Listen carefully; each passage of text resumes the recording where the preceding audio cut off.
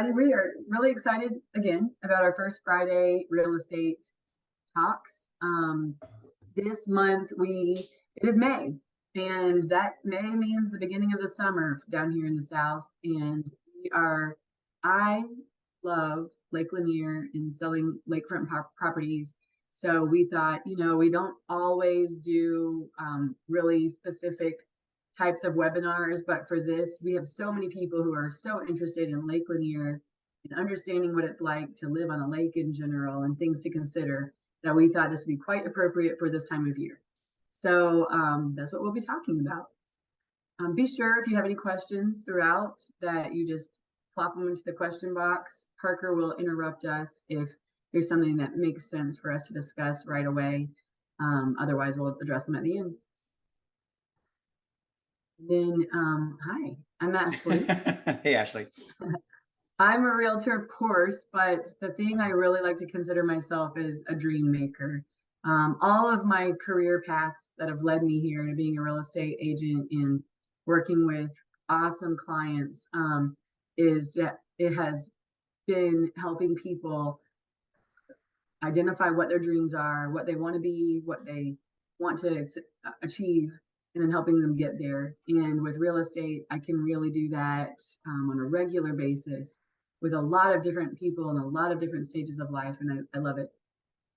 I work with VPR, luxury properties, and I have a lot of different designations. Probably these aren't even all updated, actually. Just it's been really important to me to continue getting the types of education that will help me serve you guys the very best way. I love negotiating. Actually, Parker, you don't know this, but I was just at a conference with luxury real estate agents from across the globe.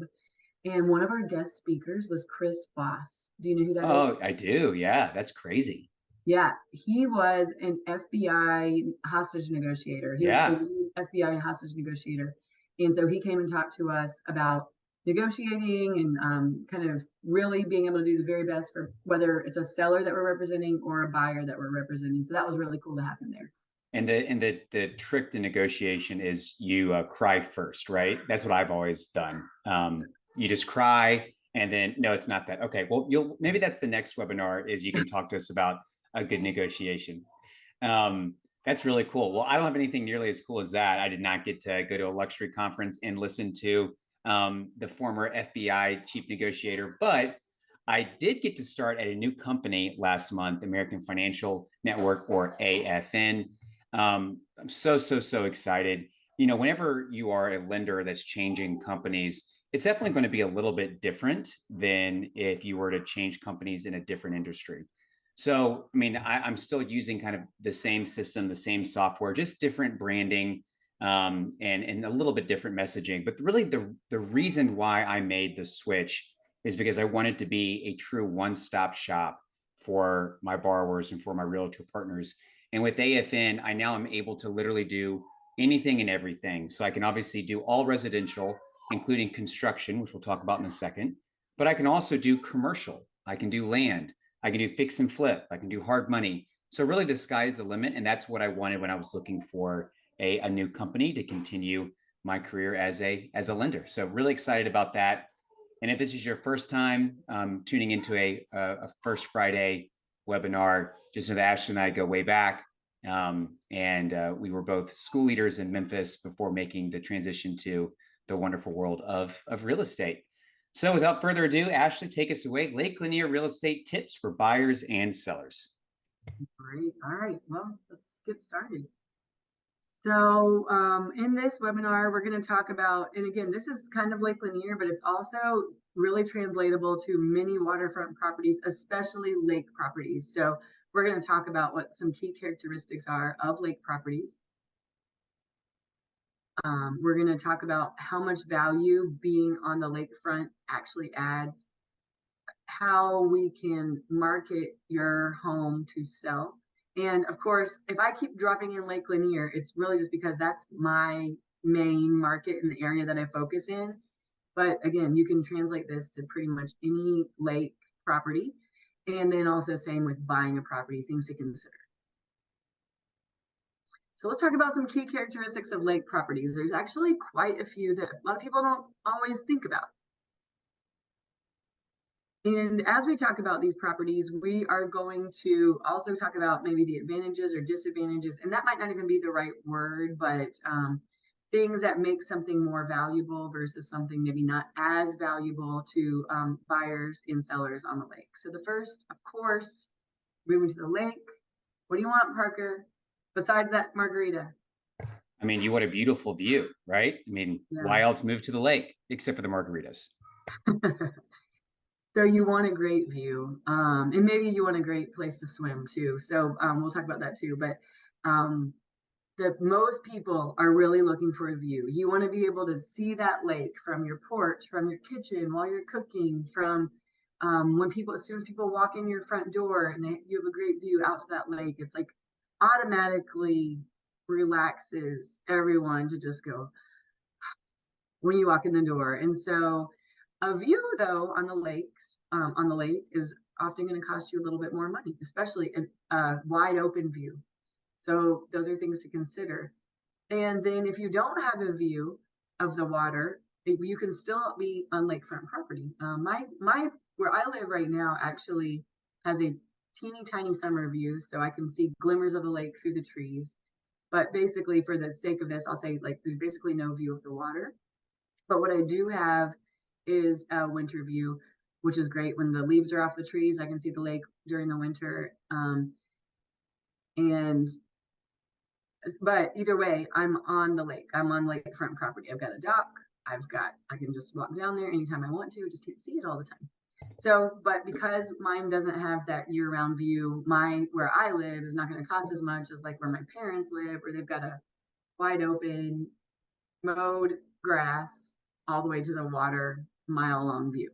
Hey, actually, a question came in about this. So, when it comes to a view, obviously I mean, that's a huge part of a valuable lake property. But is a good view, is it quantified in any sense on an appraisal? Meaning, like, is there like a category that an appraiser is going to use to actually assess the view of something like the lake? I don't know if that question makes sense. Yeah, that's a really good question. And the answer is yes. I am not an appraiser and I have not gone through all of that training, but I actually was just talking to an appraiser the other day about one of our properties that is now under contract. And they take the lake view as something that they add into the appraisal or subtract out of, depending on what the view is. Oh, that's really cool. Thank you. All right. So another key characteristic that most people are going to want, most people, when you're living on the lake, is access to a dock. And the reason for that is you, of course, are going to hang out on your dock. You don't have to, you can be right on the water, literally, but not in the water if you're on your dock. So you can just stick your toes in if you want to cool off. You can watch your kids or your friends floating next to you in the water if you're not wanting to get wet.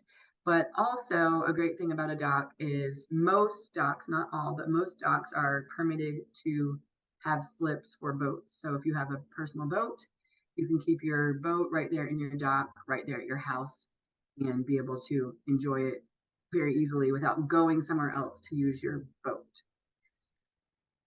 And if for some reason you don't have a dock, it would be considered like a disadvantage, or in another word, again, maybe lowering the value a little bit of that lake property.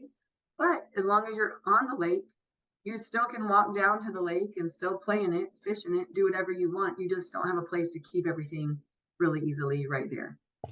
If a property does not have a dock, but you're really interested in it, then how easy is the process to maybe get a dock purchased and installed before you even close on the house? Or is there maybe a permitting process that folks like me don't know about? Yeah, I imagine that most every lake is a little different. So I will answer specifically for Lake Lanier on this one. We have Lake Lanier is run and owned by the Army Corps of Engineers. And so they have very strict requirements about what you can do to anything that's considered core property, which on our lake is most people's backyards don't even belong to them. It belongs to the Army Corps of Engineers. One of those things includes having a dock. So they do give out dock permits that range from like a platform dock, which is just one you can only sit on and play on. It does not have a place where you would put your boat there. A single slip dock, which is a certain size, or a double slip dock. They even have permits, which they no longer give out, for covered docks, completely covered, where you like kind of drive in like a garage. So you can get on a waiting list for a dock permit. Dock permits are tied to the deed.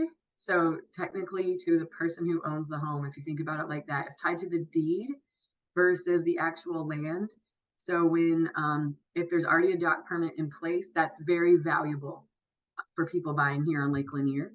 So even Parker, if for some reason they have a dock permit, but maybe that dock's like in really bad disrepair and needs to be replaced, they can totally then go out and buy a new dock and have it brought there, as long as it fits within the permitting that has been provided by the Corps.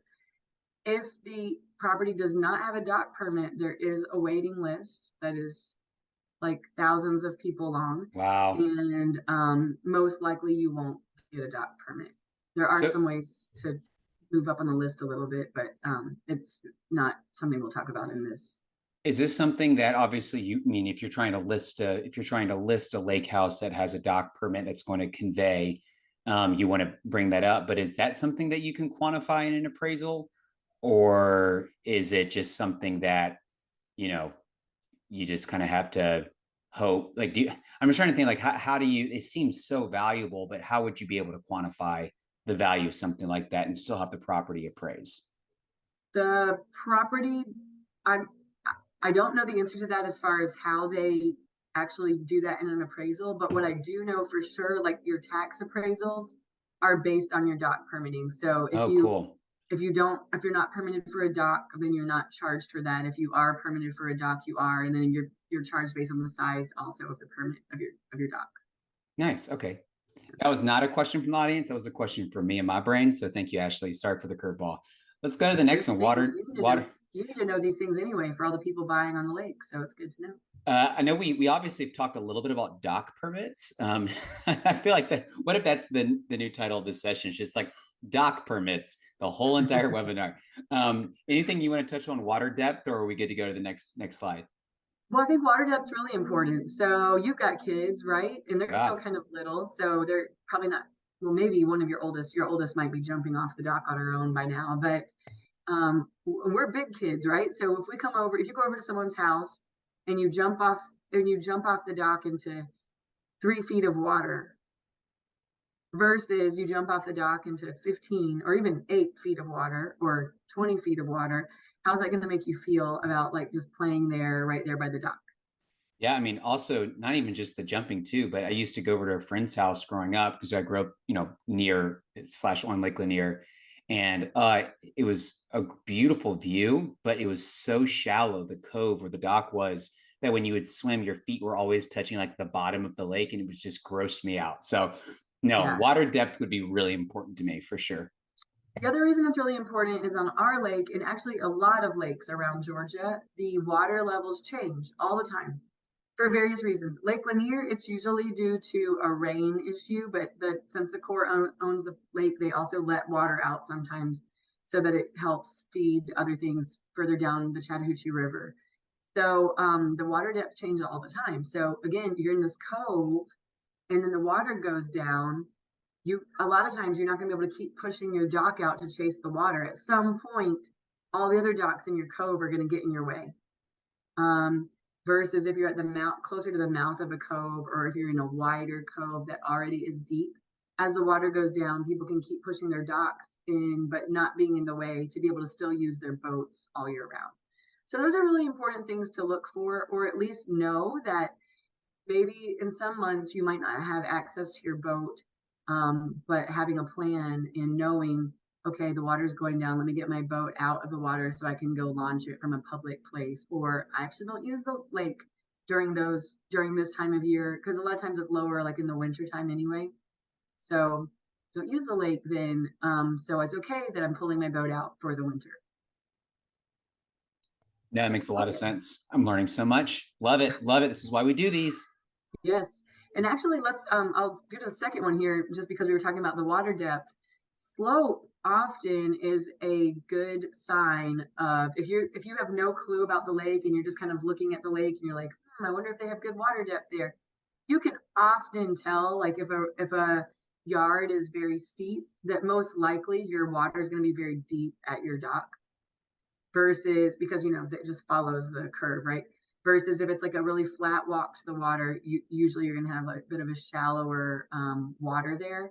That's not always true because I'll even use my parents as an example. Theirs is a relatively flat walk to their water, but they've got deep water in their cove. It kind of falls off right away. Kind of when you go to the beach and you wade into the ocean and then you're 2 feet in and you just fall in. That's kind of how their cove is. So, but it's still a good way to tell. And the reason that a slope in a yard is going to be an advantage or a disadvantage for a potential buyer or seller is that if it's not as hard to walk down to the lake, right? It's not too steep, then you're going to enjoy it a lot better. You can easily pull a wagon behind you with all of your lake, your coolers, your toys, your kids. But if it's really steep, then you're going to have a harder time maybe getting back and forth to the dock. Also, boat traffic can be an issue. Yes, thanks. Boat traffic, it really will depend on, this doesn't impact people too much, but it could, especially if you're used to hanging out, floating in your lake with your family and friends. If there's a lot of boats coming by, you'll have a lot more wake in the water.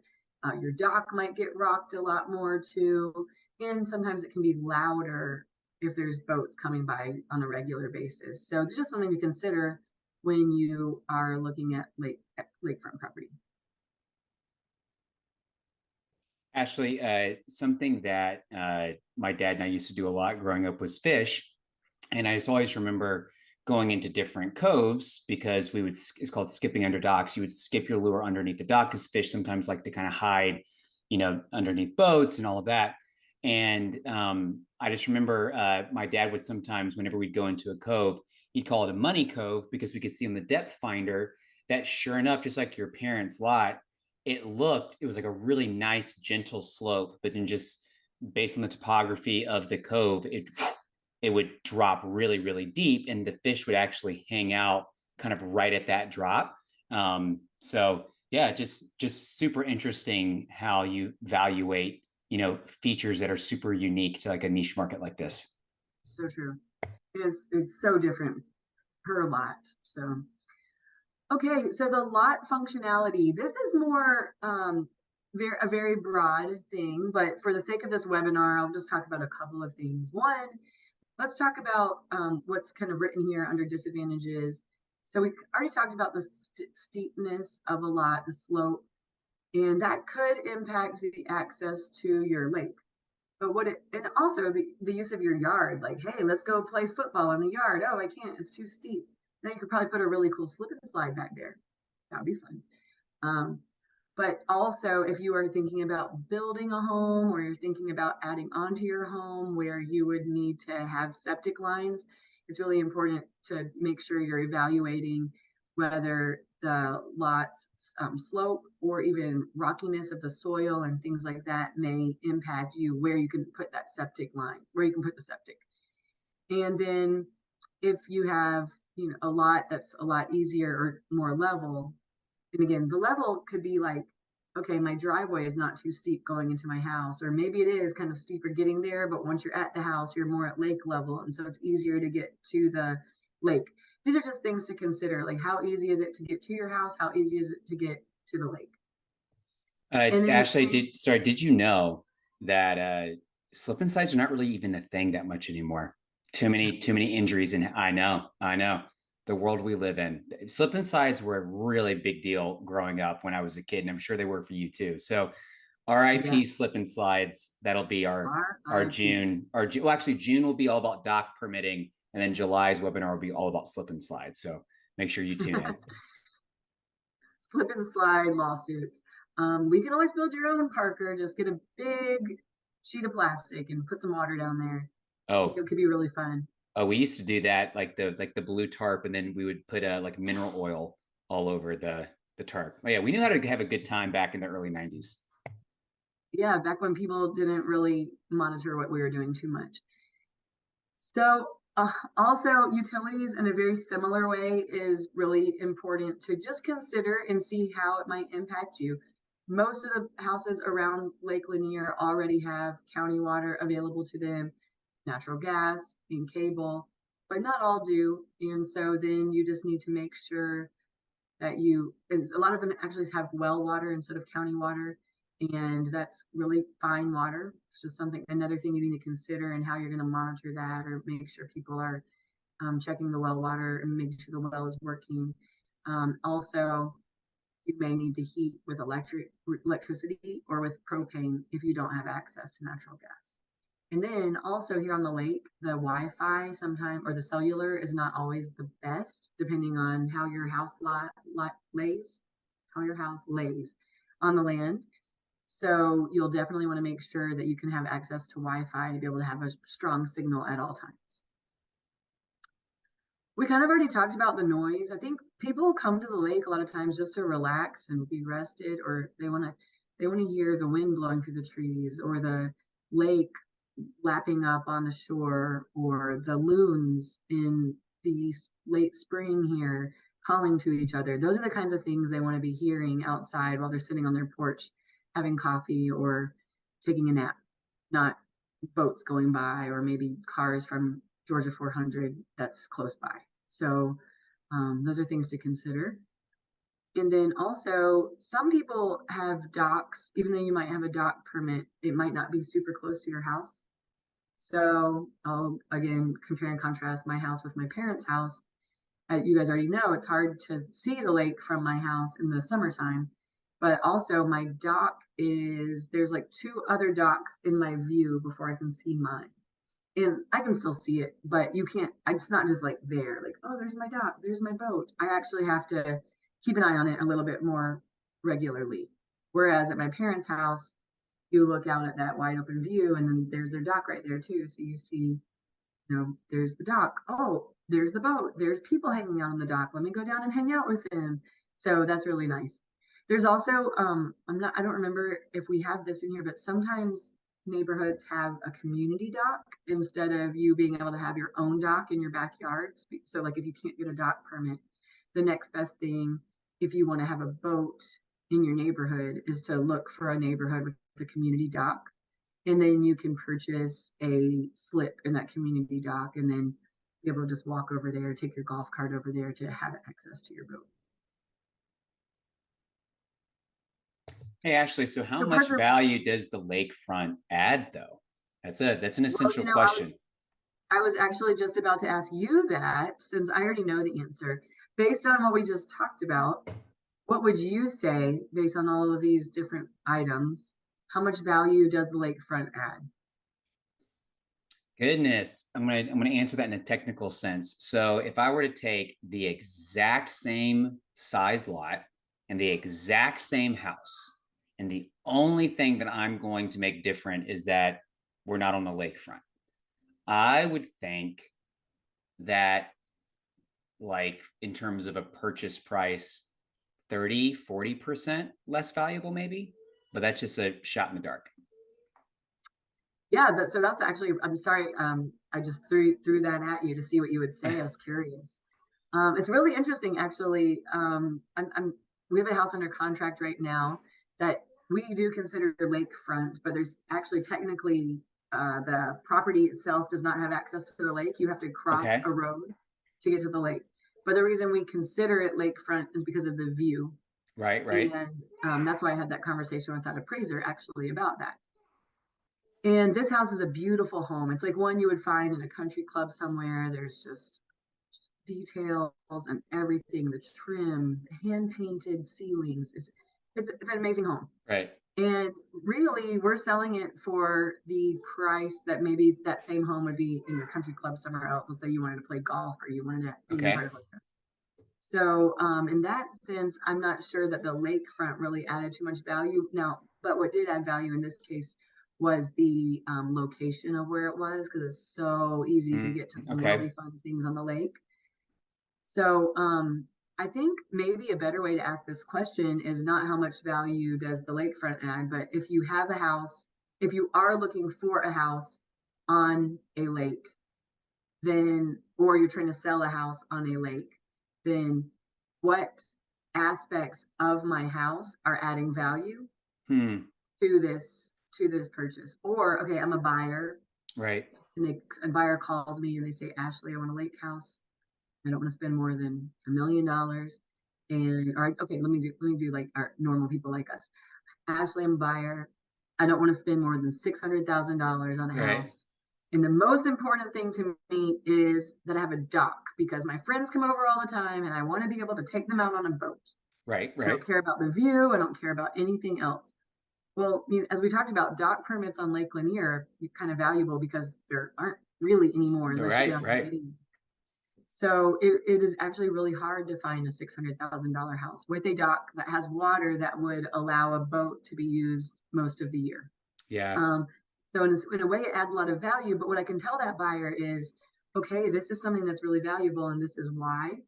And so when something pops up on the market, we need to just jump on it if Right. that's what you really want, right? Right. So I think that's kind of really the question we need to ask when we're going through that, and what's most important to you as a buyer, and then we can get a good better ballpark range of how much that's going to cost. Or as a seller, here's the things that we can really call out and justify our pricing. So the same like my house that I'm sitting in right now could probably sell in a week for $900,000. Now Wow. that's for other reasons. Somebody would probably tear it down and build a $1.5 million home on Right. it that Right. they could Right. then turn around and sell for $3.5 million. Um, but my house right now could sell for $900,000. But you put this house, exact same house on the same size lot with a big Uh-huh. view, and it would sell for easily 1.5, 1.47. Wow. So it really does make a big difference. So so in that situation, I mean, we're talking like a 50% increase. Yes. Wow, that's amazing. Yeah. Okay. That's see. All right, now let's talk about marketing a Lake Lanier home to sell though.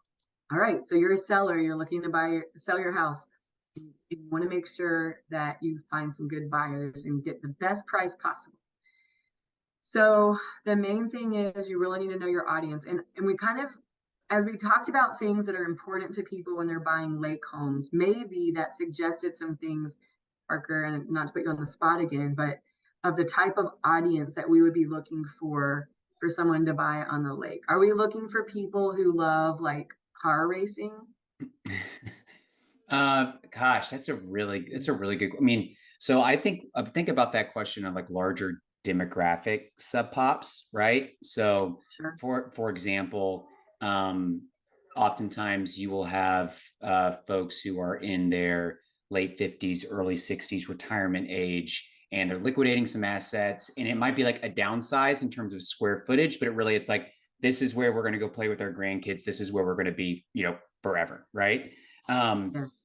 so that would definitely be that's the first having grown up around Lake Lanier, like that's what I would think of is you do what you need to do. Maybe you own a house off of Green Street in Gainesville, and then you pay it off, let equity build, and then when you retire and all your empty nesters, you go buy or build that dream house on like the lake. But Yes. other than that, I would imagine that if you've got folks who are looking at Lake Lanier as a destination, I would imagine you probably have some folks who are higher net worth, but also you probably have some folks who might even be high enough, have a high enough net worth to where they're trying to get a second or a vacation home that maybe they can Airbnb on the side. But I don't know. You're the expert. I'm kind of rambling here. Yeah, sorry, I had to put you on mute. My neighbor next door actually does love car racing, so he's got a really loud one that he just started up. Oh, that's funny. Hopefully it's not impacting this too much. Yeah, Parker, those were some great thoughts, and I think it will depend a lot of on what the house is that you're selling. Are you selling a home that has like two master bedroom suites in it? That might be something where we're going for people who are maybe families who might share a home, or best friends who want to go in and share a home together. Um, or it could be the same house, could be someone who wants to live there full time too, and it's a great neighborhood to live in. So in at that price point, who it's going to maybe be at that price point, and based on the way the house is laid out, maybe it's going to be like what you're talking about, someone who's about to retire or just retiring. So that is important. But I guess what we need to know is like this isn't yes, we're gonna put your house on the MLS, which means it's gonna be on Zillow and Realtor.com and all of those things. But we we're not this isn't like selling a traditional home in a neighborhood and you're not looking for like the best schools. Although where I live on Lake Lanier has excellent schools. Um, but you're not necessarily looking for that, or if you're not necessarily looking for like a community where there's kids running around, you can play with your kids, right? You're looking for the lake life. And so it's important that you make sure as you're going to be marketing your home that you're marketing it to people who will actually be looking for a lake home and not just looking for some other type of home in that same price point. That's awesome. That makes a lot of sense. Yeah, and then really it makes a lot of sense also to choose a realtor who's experienced selling waterfront homes. As we just talked about, we just barely touched the surface of this, but there are a lot of intricacies that come along with waterfront homes that other agents are not going to know about. And I promise you, if you have an agent that you love and you're like, I just want them to help me find this house on the lake, um, there's a really good chance you're gonna end up with a house that you think you love, and sometime in the next 1 to 2 years, you're gonna be really upset you didn't choose someone who knew that particular waterfront.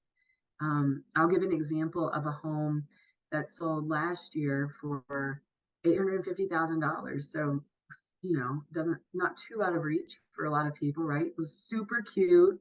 It's still a super cute home. It has a nice front porch. It's in a nice neighborhood.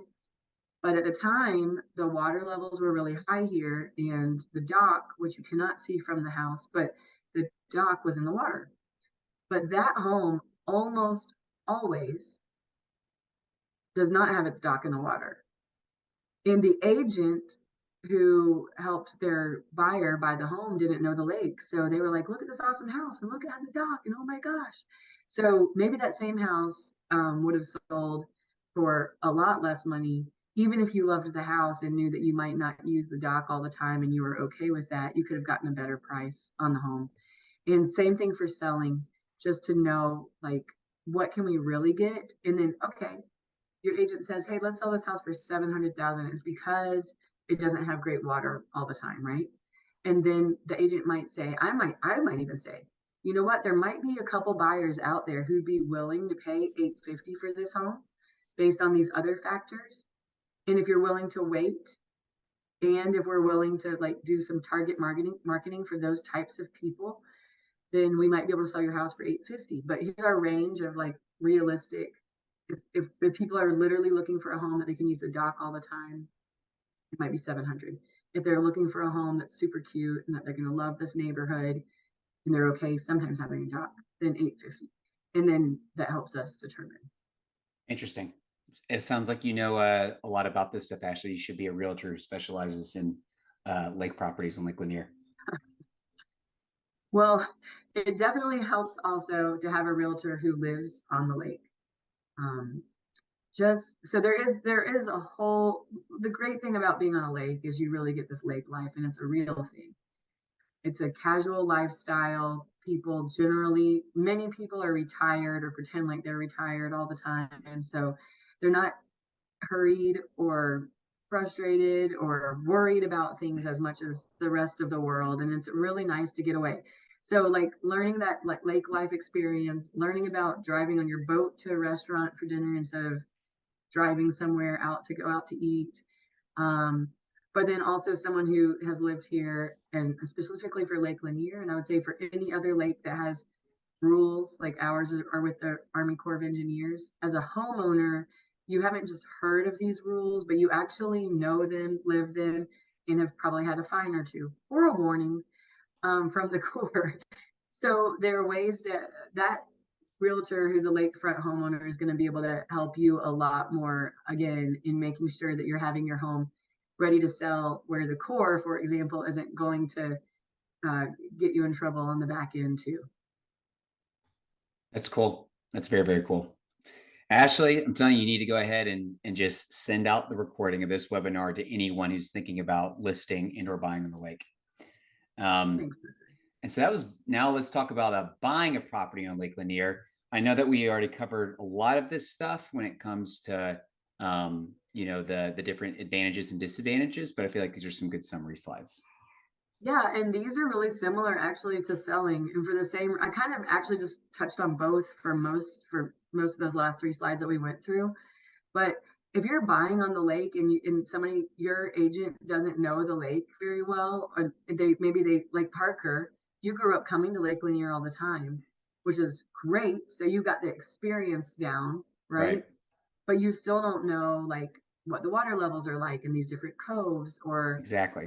what the rules are in certain areas. And so it's really does help a lot to have someone who lives on the lake Oh, absolutely. or has experience selling them and who lives on the lake. Yes, that's both of those. So yeah. And then we'll also, I think it's, oh my goodness, I think it's my turn.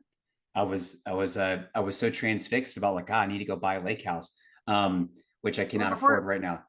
before you get started, Parker, and if you don't mind, I'll transition us into this section Yeah. a little bit. So, guys, I have a lot of buyers who are looking to be on Lake Lanier, and houses here range in style, condition, age, everything. So after a while, I would say about 30 to 40% of my lake buyer clients we end up finding a lot for them to build on, because they're like, you know what, if I can pay maybe a little bit more in the long run to have a lot and then build my house from scratch exactly how I want it, then it's really much more valuable to me.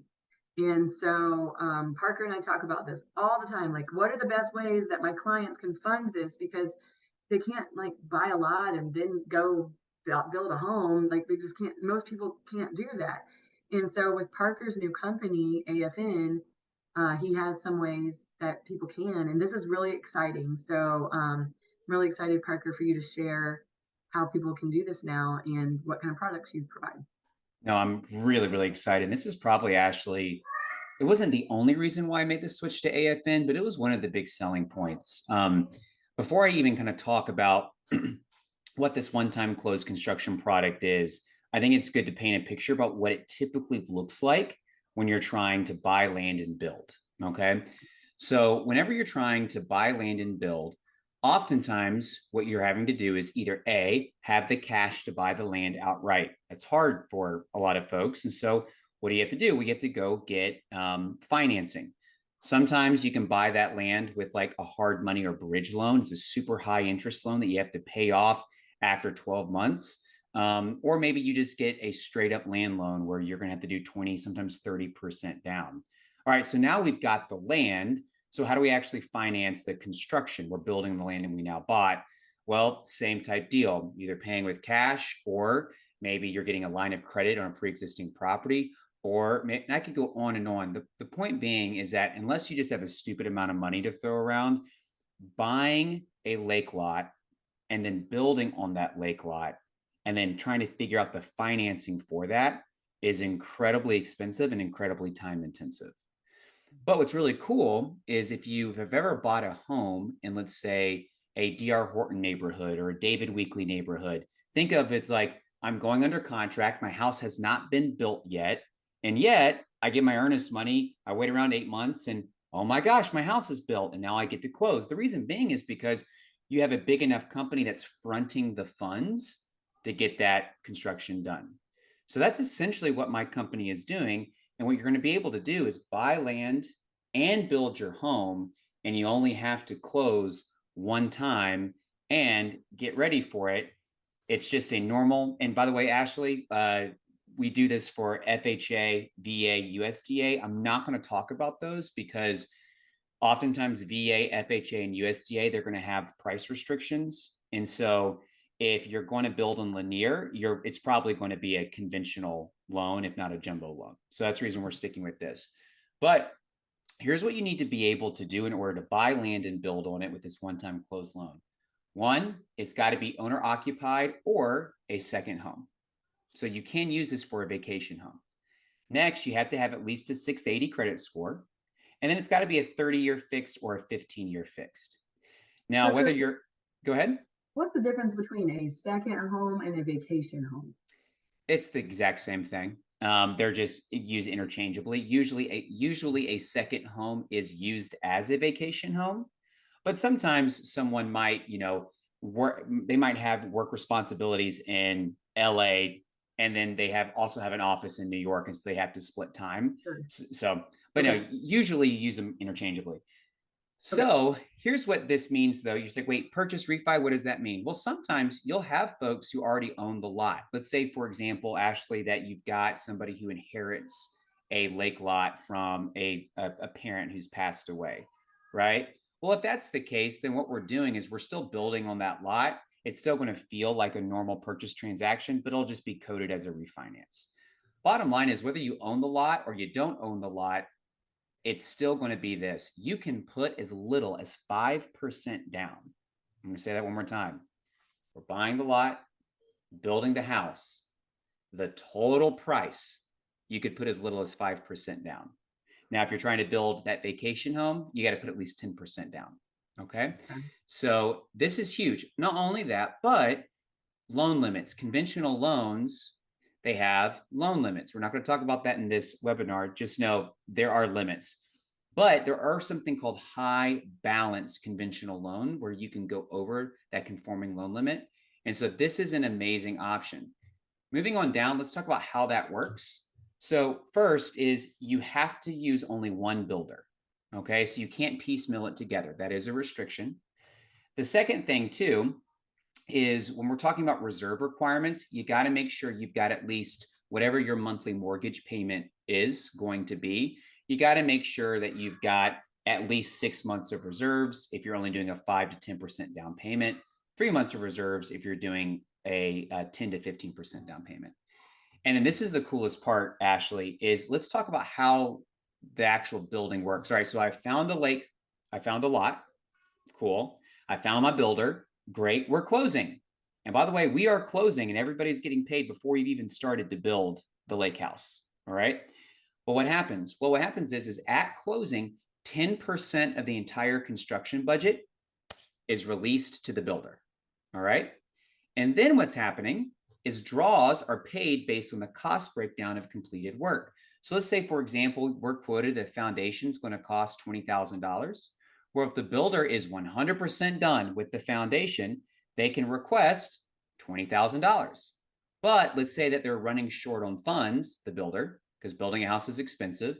Well, if the foundation is at least half done, they can still draw out half of that construction cost. Now, in terms of what you're going to be paying, you're going to be doing interest-only payments based on the draws every single month on the 10th until we have the occupancy certificate and we're good to go. So you do have to make those interest-only payments, but I will say those interest-only payments are not going to be crazy expensive, and it'll certainly be a lot cheaper than you trying to come up with 20 to 30% down to do some type of land loan and or bridge loan. Now, Parker, Ashley, go ahead. just curious, like if you had do you have any idea of what that interest only percent might look like Well, in yeah, so construction? it's based on the note rate, right? So let's say, for example, okay, so let's say, for example, that we have a 30-year fixed mortgage. It's going to be at a 6%. Okay, then whenever we are, and let's pretend like it's a normal loan. So if I'm saying, Ashley, you got a 30-year fixed mortgage is at a 6%, your monthly mortgage payment is going to be, $1,800, right? Okay. Well, if you look at the amortization chart, you can see how much of that $1,800 is interest versus how much of it is going to be principal, especially for that first year. Okay. So you're using the same terms of the loan. Now, the one big difference is those interest only payments are based on the draw balance. So let's just say that your builder, let's say we have a construction budget of 400,000, right? And your builder takes out $100,000 and uses that, you might make interest only payments just on $100,000 for 4, 5, 6 months. And then the rest of the project might happen super quickly to where you're doing interest only payments on that higher balance only once or twice before you're actually done and then you're just rolling into your normal mortgage. So it really Gotcha. kind of depends on the project, but it's pretty negligible. Um, Now, in terms of what you need to kind of be thinking about, are these six things. One, land details. Is the land being purchased or is it already owned? Construction details. What's the lot size, dwelling square footage, number of bedrooms? Construction costs. We're going to talk about this in just a second. Any deposits made to date, estimated as completed value, and then months to build. For my company, from the time we close to the time we get the occupancy certificate, it has to be in 12 months or less. So that's something else to really consider too, is you can't do this and then try to build the Taj Mahal and then be indecisive about, what color you want to hand paint your ceiling. Like you do have to get it done in 12 months. And then in terms of what do we need in order to close, you're going to need these six elements. A 1003 is a loan application. It's just a normal loan app that you would fill out for anything. We then would need a signed budget with a line items and draw schedule. That's something that the builder provides or the builder fills out. I give the template, the builder just needs to fill it out. We then need the construction contract from the builder. We then need the land or lot contract. So that would come from you, Ashley. Well, both would come for you, but you would obviously take point on the land contract. And then we would need complete plans and specs, as well as the deed showing ownership of the lot, if applicable. Remember, that's if you actually already own the land before you're building. And this is a snapshot of kind of what the meat of this packet looks like is, and it goes on for like 7 pages, but this is what the builder needs to fill out, right? How much are the plans and prints? Soil test engineering, survey, building permits, impact fee, demolition, clearing the lot and grading it, excavation and backfill, site work. And so I will say the thing about this program and product, Ashley, is it's super intensive on the front end. I actually have one that's under contract in Texas right now, and I keep getting pressure to order the appraisal. And I keep saying, where's my packet? They're like, well, the builder is dragging his feet. I go, I cannot order the appraisal until this packet is done. So it's pretty intensive on the front end. But here's the good news. Once you've got all this figured out on the front end in this packet, you close in 30 days, you own the land, you've got your construction budget. Not only that, this is my favorite part, Ashley. There is no, like, the builder can't come back to you and say, oh, sorry, like it's actually like, materials have gone up in price. Like it is what it is. No, no, no. The builder cannot get paid unless they stay within the budget that they have outlined ahead of time. And so the That's builder is fantastic. also, yeah, so the builder is agreeing to this, and they're not going to get paid out if they try to, say, oh, it's going to cost more. It's like, sorry, it is what it is. So that's also really great incentive, Ashley, for the builder to hurry up and get this done, because the faster they get this done, the less likely they are in having, costs overrun and all that fun COVID stuff that we used to have to worry about.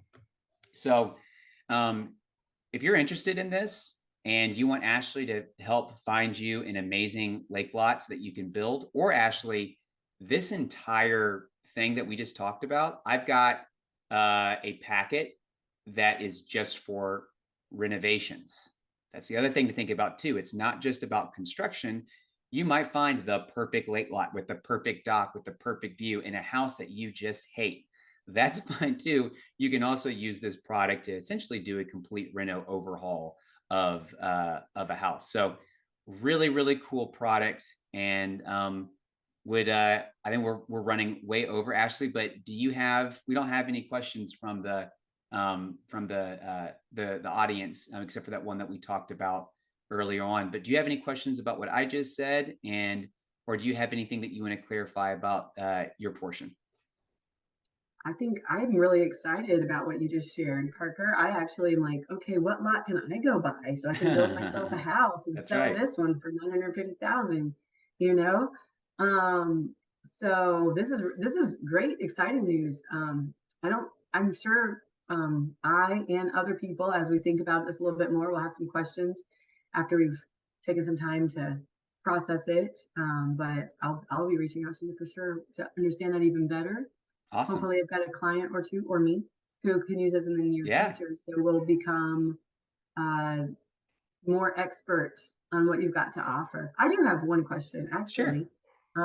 This one just came in from a person who's watching who is a builder. Oh, And nice. he wants to know if he, as a builder, could be eligible for this himself. Like if he found a lot and then wanted to like construct a home that was not sold to anybody yet, but he wanted to go ahead Yeah. and construct the home. How does that, is it any different than a regular person? That's what he'd like. That's a great question. So part of the big packet, and this is something that we may need to do a whole other session on, is if you are a licensed and bonded builder, you're going to have workers' comp insurance. You're going to have what you need to actually have a company. So what the builder that is like what he could not do is just like, I know how to build things, so I'm just going to do it myself. He can't do that. But if he wants to use his company that's bonded and insured, oh, absolutely. That is not a conflict of interest at all. That's a great question. Cool. Well, that's very exciting. I hope you can use that. And also, Um, too, actually, this is something that I would love to team up with our custom builders as well, because honestly, this is a way for builders to kind of obtain financing for their projects. And so, if you're a builder and you're working with clients that are having a hard time getting financing in place so that you can get the funds to build their house, this is also an amazing opportunity for us to partner too. well, that's really funny because while you were saying that, that builder said, wrote in here, don't tell other builders about this. I want to be able to get as many of these lots as I can to do it for There you myself. go.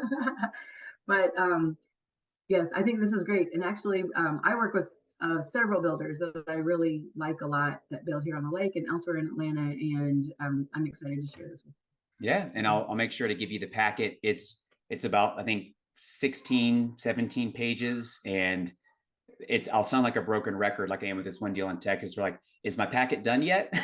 I'm like, I can't do anything until this packet is filled out. But once it's filled out, we're ready to grip it and rip it and go. cool. Very exciting. All right. Well, Okay. thank you so much. I'm so excited for you with your new role with AFN. And I see already a lot of differences and ways that you can really serve our clients even further. So Yeah. I'm really excited about that. Congratulations. And thanks for Thanks so being on. much, Ashley. And hey, I'll see you soon, but I'll definitely see you the first Friday in June. I'll talk to you later. Talk to you later. All right. Bye.